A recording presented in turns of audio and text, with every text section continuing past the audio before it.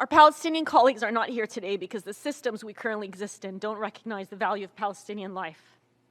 We've spent the last 14 months watching as the most live-streamed and documented genocide in history has been met with silence, widespread propaganda campaigns justifying the unjustifiable, silencing and discrediting those who have attempted to expose it.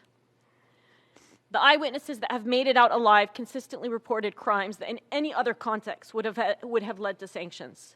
But here, after 14 months of the most grave breaches of humanitarian law, gross violations of human rights, barbaric war crimes, it is met with impotence by individuals, countries, and the very institution represented by this building.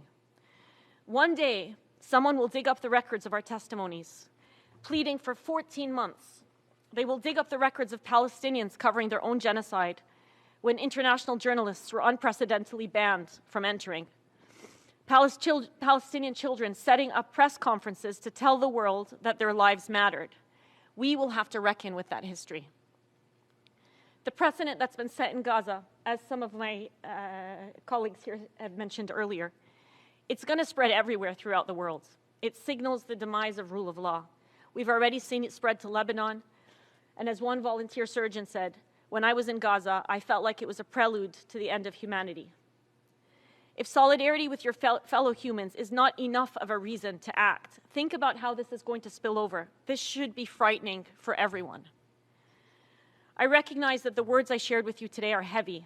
But these words pale in comparison to the reality experienced by Palestinians for over 400 days and 76 years before that.